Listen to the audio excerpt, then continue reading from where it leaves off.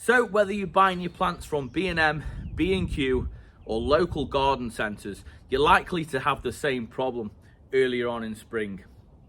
Welcome everyone. Today's video, I want to talk about acclimatizing your plants to your garden. And what I mean by that is when you buy them from the garden centre, B&M, B&Q, and you take them to your garden, they don't always look the best. And there's a couple of reasons why, and that's what I want to talk about in this video. I also want to talk about how you combat that, right? So how we can make it better, how we can take the transition of your plant going from Midland Europe, grown in a really nice, probably heated polytunnel, into your cold garden. So without further ado, let's get into today's video. So this is something that people don't really talk about, and I am guilty of it myself. So I'm always out, as you guys know, B&M, B&Q, Lidl, Aldi, Tesco, all these lovely places, and I'm looking at what plants I can bring back to my garden all the time. But I did see a post yesterday of a cordyline what somebody bought from B&M, and the centre has collapsed, right? And that's absolutely down to taking it from where the growers have come from Europe. So they've gone, let's say the Netherlands, let's just play devil's advocate, come from the Netherlands, come on a wagon. So they've been grown out there, they've grown in a really lovely heated polytunnel or greenhouse, and they've made these beautiful plants, right? Then what happens is they get put on a trolley and sent to the UK, and they're straight out on pallets for us to buy, and we go mad, right? Most parts, I'm gonna say 99% of the chat, 99.9 times, what we will do is we just take the plant, pick the plant up in the garden centre, pay our money, come back to the garden, and we plant it out.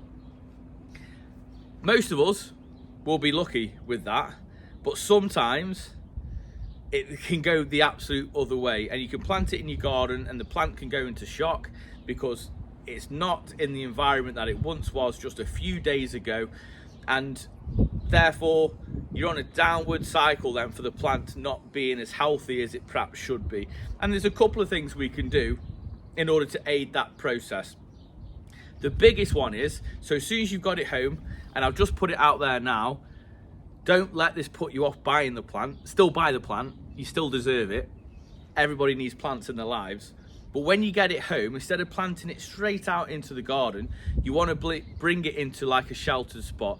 So if you're lucky enough to have a greenhouse or a conservatory or summer house unheated, I would absolutely do that. I'd put it in there for a few days.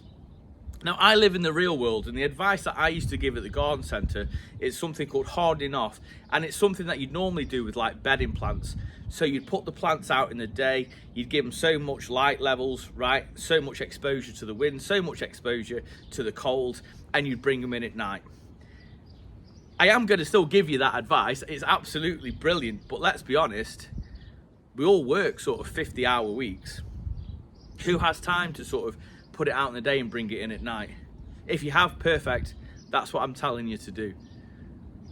But the other thing is, if you can just bring them into the greenhouse, conservatory or summer house, then that will give it a few days of acclimatizing to our environment, right, and where you are around the world.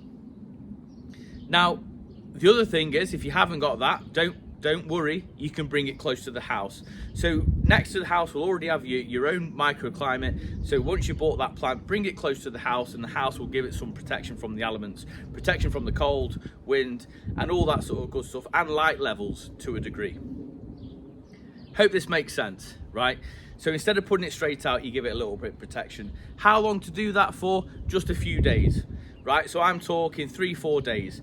So I base my shopping or my plant shopping around the delivery days when it comes to B&M, B&Q and all that sort of good stuff.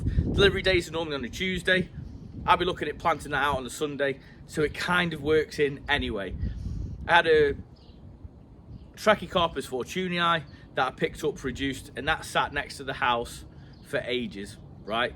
And then it's gone out into the garden, and it still looks as rubbish as it did when I bought it. But you get the idea. Please don't let this put you off actually picking the plant up, but it is something to think about in spring. Now, we have something called a full spring, so it's not spring just yet, it's full spring. So just as I was driving home from work, it started hailing and it was trying to snow, and just as you can see in the distance, we were about to get an absolute downpour, and it feels quite chilly. I think the other day it said feels like -5. Now in the growers environment, it's not -5, right? And I know we're not having so many frosts here in the UK compared to Scotland, but you just need to bear that in mind. Where the plants have come from, it doesn't matter what the plant is. If you know it's been grown in a local nursery, right, and it's been hardened off fine, then you can absolutely plant it out as soon as you buy it. But one of my biggest questions I'll be asking the garden centres or the nurseries, or even, you know, B&M, B&Q, all that sort of stuff, is how long have you had this in for? And that will give you a great indication as to what you need to do with that plant. I hope I haven't overcomplicated it, but I thought it's something worth mentioning, because I don't want you guys to buy this beautiful plant, maybe something you've saved up for, maybe a birthday present, because I know my birthday is coming up in April, and I've requested a couple of plants for my birthday, and I'd be heartbroken if I'd waited for this plant and then saved up, bought it, and then it doesn't look the best in the garden to what it possibly could do.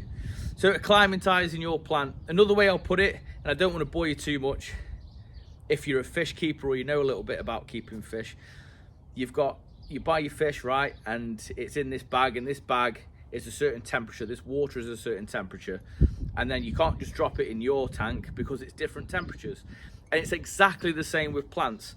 So for the most part, and I'm going to throw it out there, a lot of all UK either nurseries, garden centres and things like that will buy from Europe, and they're all grown in really brilliant microclimates. And the reality of it is your microclimate will not match with the microclimate that they've been grown in. So I just think it's something to bear in mind, and I hope you find this useful. I know how hard you guys work for your money and how important it is actually taking care of those plants. And it's something that I figured no one actually talks about, so I'll do a short 7-minute video on it. So I hope you enjoyed it. If you did, please give it a big thumbs up, as it really does help the channel out. Drop a comment down below, as it helps share it out to others who love gardening just like we do, right? Until tomorrow, I'll see you in the garden. You have a lovely weekend.